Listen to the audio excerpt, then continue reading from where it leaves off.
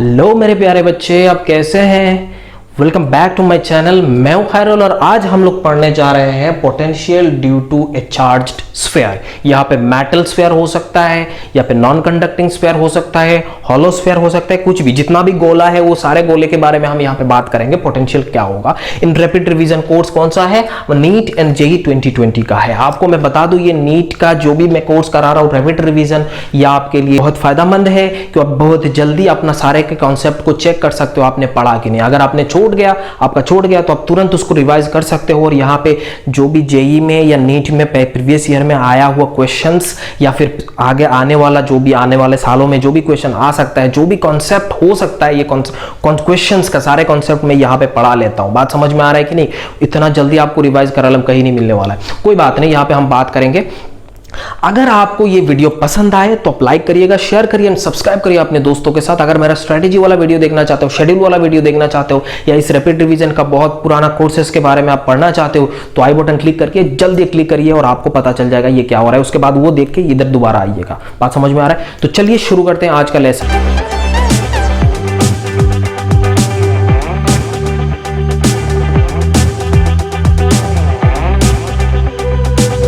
तो जैसे कि मैंने बच्चों बताया आपको potential due to a charged sphere, तो केस 1 में हमारा आता है कि ये कंडक्टिंग स्फीयर। कंडक्टिंग स्फीयर क्या आता है? Conducting sphere. कंडक्टिंग स्फीयर इसका मतलब क्या है भैया? या फिर आप बोल सकते हो मेटल स्फीयर। क्या बोल सकते हो आप? Metal sphere.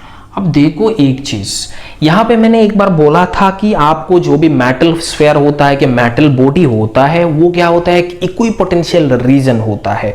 वो पहले मैंने आपको बताया था, अभी बताने वाला हूं कैसे हो रहा है। देखो यहां पे कि मान लेते हैं ये मेरा एक कोई भी एक इक्विपोटेंशियल यहाँ पे एक मेटल स्फीयर है, इसमें मैं चार्ज करता हूं तो क्या हो जाता है? यहाँ पे सारे के सारे पॉइंट पे यहाँ पे आ जाएगा, आपका सारे सरफेस में चार्ज आ जाएगा। यहाँ पे हम मान लेते हैं कि एक पॉइंट x है और दूसरा पॉइंट यहाँ पे y है। अगर ये दोनों पॉइंट पे अगर मैं पोटेंशियल डिफरेंस निकालू vx minus vy equals to integration minus integration d dot dr हम जानते हैं, और ये x टू y आपको करना है। ये पॉइंट से अगर एक चार्ज को आप यहां से ले आते हो तो इसमें कितना पोटेंशियल होता है, पोटेंशियल डिफरेंस कितना है। But for your kind information मैं आपको बता दूं मेटल स्फीयर में inside that metal sphere electric field 0 होता है। बात समझ में आ रहा है कि नहीं भैया? इनसाइड दैट यहाँ पे 0 होता है, इसका मतलब Vx इक्वल्स टू Vy। अब देखो अंदर पे कोई भी एक पॉइंट देख लो, हर एक पॉइंट पे पोटेंशियल क्या होता है? सेम होता है। पोटेंशियल सेम होता है। तो इसके कारण हम जानते हैं जिस रीजन में, जिस सरफेस में सारे के सारे पॉइंट पे पोटेंशियल सेम होता है, इलेक्ट्रिक पोटेंशियल सेम होता है, उस वाले सरफेस को हम लोग क्या बोलते हैं? Equipotential surface. तो इसको हम इक्विपोटेंशियल रीजन बोल सकते हैं कि नहीं भाई? जरूर बोल सकते हैं। तो हमने बोला कि ये एक इक्विपोटेंशियल रीजन है। क्या है ये? एक इक्विपोटेंशियल रीजन है। बट हमें ये देखना नहीं था, हमें तो ये तो पढ़ लिया, कोई बात नहीं। हमें चाहिए कि मानो कि एक कंडक्टिंग स्फीयर है, यहाँ पे कंडक्टिंग स्फीयर है, इसके जो भी है बाहर के दुनिया में इसमें चार्ज है, अंदर में कोई चार्ज नहीं है, ये हम जानते हैं। और इसका सेंटर है, ये उसका रेडियस है, और एक बाहर इसमें टोटल चार्ज हम क्यों मान लेते हैं? बाहर r दूरी पे अगर इसका पोटेंशियल देखना चाहते हैं तो क्या होगा वो देखो। तो इस रीजन में आप बोल सकते हो इसका potential kq divided by simple r होता है v आउट। क्या होता है? इतना। क्यों ऐसा? क्यों इसका total charge placed at the centre of the sphere, हमने पहले भी पढ़ा था। इसको हम पॉइंट चार्ज मान सकते हैं कि नहीं? हमने वही पॉइंट चार्ज मान के इसको आगे बढ़ा। आया समझ में? दूसरा, अगर इसके सरफेस में देखा जाए, इस सरफेस में देखा जाए वो क्या होगा? kq divided by r। ये तो हम इसके ऊपर भी हमने एक क्वेश्चन करा था, जो एक सर्कुलर रिंग है या फिर डिस्क है या फिर जो भी है सरफेस में, हमने देखा था इसमें जो भी, इसके ऊपर हमने क्वेश्चन करा था और फिर यहाँ पे देखा था kq डिवाइडेड बाय r होता है ये। बट आपको बता दूं इनसाइड दैट स्फीयर क्या होगा? इसमें एक x पॉइंट मान लेते हैं, x पॉइंट या फिर a पॉइंट मान लेते हैं। इस a पॉइंट पे पोटेंशियल क्या होगा? हम जानते हैं ये पॉइंट पे और ये पॉइंट पे पोटेंशियल क्या होगा, सेम होगा। क्यों? क्योंकि ये इक्विपोटेंशियल रीजन है, अप टू दैट सरफेस ये इक्विपोटेंशियल रीजन हो जाता है, इसीलिए VA का भी value KQ divided by R। अगर इसका एक ग्राफ बनाया जाए तो आपको मैं बता दूं, ये R तक ये कांस्टेंट रहता है KQ डिवाइडेड बाई R, और फिर ये R जब पहुंच जाता है उसके बाद ये इनवर्स प्रोपोर्शन टू x हो जाता है, तो यहां से ये ऐसा होके जाएगा। तो आई होप आपको ये समझ में आ गया कि कंडक्टिंग स्फीयर में अगर हम देखें पोटेंशियल कितना होता है अंदर बाहर एंड सरफेस में, हमने ये चूज कर लिया, हमने ये पढ़ लिया, ग्राफ भी हमने देख लिया, ग्राफ वगैरह वगैरह सब कुछ देख लिया, ये तो समझ में आ गया। आपको ये बता दूं, यहाँ पे जितना भी गोला है, ये गोला जो भी है ना, ये वैलिड फॉर ऑल गोलाज, जैसे होलो नॉन कंडक्टिंग हो गया, होलो कंडक्टिंग हो गया, सॉलिड कंडक्टिंग हो गया, ये सारे के लिए ये वैलिड है, ये सारे के लिए वैलिड है, ये सारे के सारे गोला सेम है।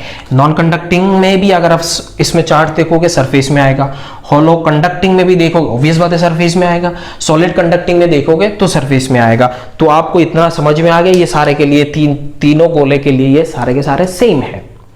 अगर आपको अभी आपको मैं बताने वाला हूं नॉन कंडक्टिंग स्फीयर में क्या होता है, electric field electric potential inside outside and surface में, है ना। तो वो देखने के लिए आपको थोड़ा इंतजार करना पड़ेगा, क्योंकि ये मिटाना है ना। हाँ तो बच्चों, जैसे मैंने आपको बताया था non conducting solid, non conducting uniformly charged solid sphere यहां पे हमें देखना है। यूनिफॉर्मली चार्ज्ड, ये क्या है, यूनिफॉर्मली चार्ज्ड। अब यहां पे यूनिफॉर्मली चार्ज्ड है, ये मान लो ये ऐसा टाइप का है ना। यहां पे इसका रेडियस R है, हमें यहां पे अगर आउटर पॉइंट में ये बाहर R दूरी पे अगर हमको चाहिए तो KQ डिवाइडेड बाई R, इसमें कोई शक वाली बात नहीं है। अगर सरफेस में देखा जाए तब भी क्या होगा, KQ डिवाइडेड बाई R, तो ये भी हो गया सरफेस में KQ divided by capital R। अगर इनसाइड पॉइंट पे VA आपको निकालना है तो क्या होगा भैया, यहां पे चार्ज जीरो नहीं है, इलेक्ट्रिक फील्ड यहाँ पे जीरो नहीं है, आप सीधा बोल नहीं सकते हो ये इक्विपोटेंशियल रीजन नहीं है। तो इसके लिए आप जानते हो यहाँ पे इलेक्ट्रिक फील्ड कैसे पास करते होंगे। इलेक्ट्रिक फील्ड ऐसे ऐसे ऐसे ऐसे ऐसे ऐसे कैसे कैसे ऐसे, कोई बात नहीं।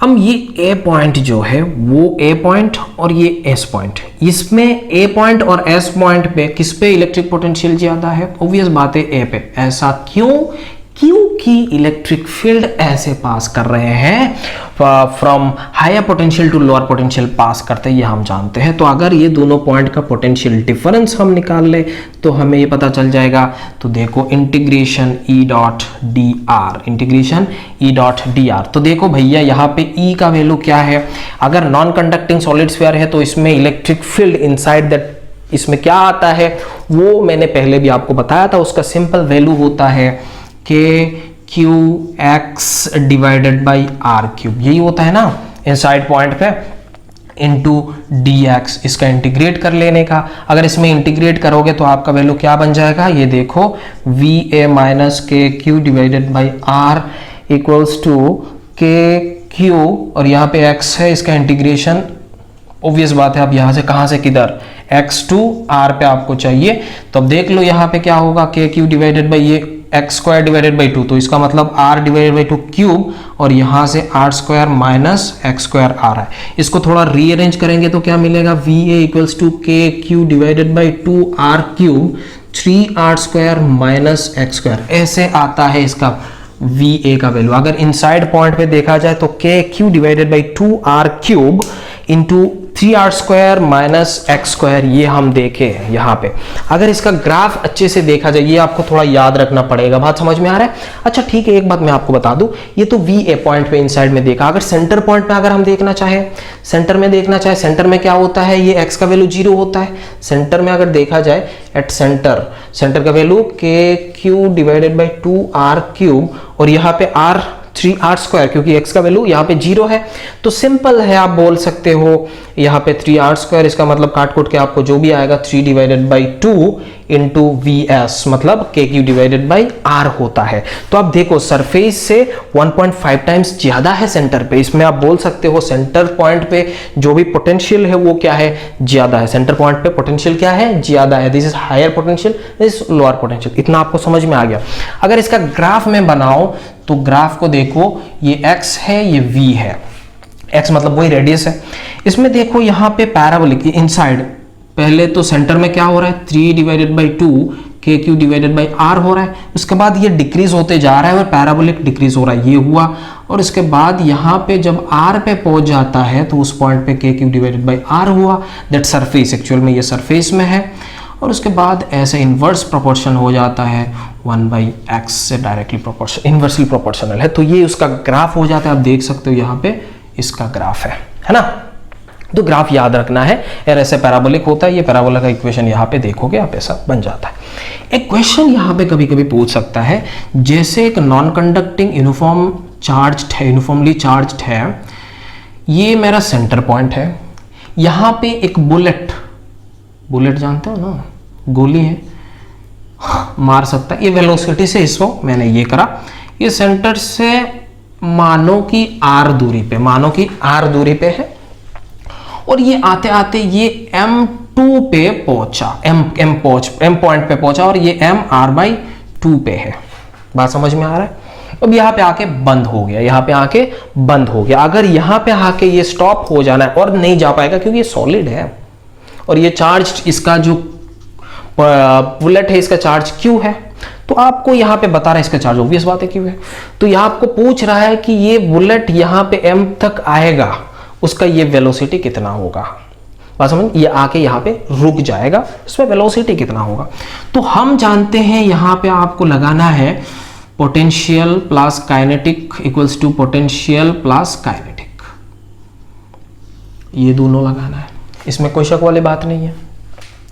अब देखो इस सिचुएशन में इसका पोटेंशियल, कोई एनर्जी कंजर्वेशन है यहाँ पे, है ना, तो Q इस पॉइंट पे आपका R दूरी पे पॉइंट पे पोटेंशियल कितना है, ये पोटेंशियल एनर्जी है, पोटेंशियल आपको लिखना Q इंटू पोटेंशियल, तो क्या है आप बोल सकते हो KQ डिवाइडेड बाई R, ये तो हमने लिखा। Kinetic energy ½ mv² equals to यहाँ पे UF, मतलब इस पॉइंट पे आएगा तो कितना होगा, इसमें Q अगेन, और ये इनसाइड वाला पोटेंशियल यहाँ पे जो भी आपको बताया था ये वाला m/2 वाले के इसमें, तो यहाँ पे आप देख सकते हो, यहाँ पे आप बोलोगे KQ divided by 2r³ 3r² minus r/2² मतलब r² डिवाइडेड बाई 4, इसका मतलब यहाँ पे आता है 2KQ डिवाइडेड बाई 2r³, और यहाँ पे ये आ रहा है 11/4। बात समझ में आ रहा है? तो R कैंसिल, इसका मतलब 11QKQ इक्वल्स टू 8R आ रहा है। आई होप आपको इतना समझ में आ गया। अब यहां से इस V का वैल्यू क्या है वो आप यहां से निकाल सकते हो, V का वैल्यू क्या है वो आप निकाल सकते हो। एक क्वेश्चन मैं आपको दे देता हूं, ये क्वेश्चन था, एक क्वेश्चन दे देता हूं मैं आपको, जैसे कि ये एक नॉन कंडक्टिंग है, यहाँ पे मैंने एक टनल बनाया, ऐसे सीधा टनल है, ये सेंटर पॉइंट है उसका, इस सेंटर से इसका ऑब्वियस बात है रेडियस R है, यहाँ पे एक पॉइंट C है, ये पॉइंट A है, ये पॉइंट B है, और ये सेंटर पॉइंट O है, और ये सेंटर से इसका दूरी R/2 है।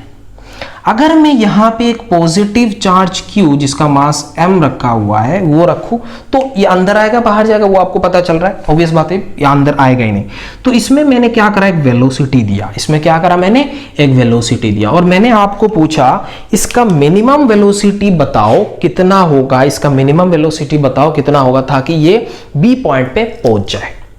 बात समझ में आ रहा है? ये कहाँ पहुंच जाए, ये B पॉइंट पे पहुंच जाए, इसका वेलोसिटी आपको निकाल के बताना है। नेक्स्ट क्लास में उसको मैं डिस्कस करूंगा, नेक्स्ट जो भी है नेक्स्ट हमारा लेसन में इसको डिस्कस करूंगा। ये आपका होमवर्क है, ये निकालना है, ये टनल प्रॉब्लम है, ये भी सारे पॉजिटिव चार्ज है ना, और ये Q चार्ज है, तो ये निकालना है। आई होप आपको इतना समझ में आ गया। अच्छा लगा तो आप जरूर लाइक करिएगा, शेयर करिए अपने दोस्तों के साथ, सब्सक्राइब करने ना भूलिएगा, और ये क्वेश्चन को आप जरूर करिए और कमेंट करके बताइए आपका जो भी कॉन्सेप्ट समझ में ना आए। कोई भी क्वेरीज आप बता सकते हो, पूछ सकते हो आप। FB मेरा एक पेज है, FB पेज मेरा खुद का नाम पे ही है, तो वो पेज आप फॉलो कर सकते हो, वहाँ पे हमेशा मैं लाइव लेता हूँ, और यहाँ पे आप कमेंट करके बता सकते हो, मेरे साथ इंटरेक्ट कर सकते हो, सारे के सारे अपडेट वहाँ पे रहता है। इंस्टा में भी आप फॉलो कर सकते हो, जैसे आपका मर्जी है ना। तो मिलते हैं अगले लेक्चर पे, तब तक खुश रहिएगा, पढ़ाई जम के करिए, लॉकडाउन का टाइम है, पूरा यूटिलाइज करिए। थैंक यू सो मच, मिलते हैं अगले लेक्चर पे।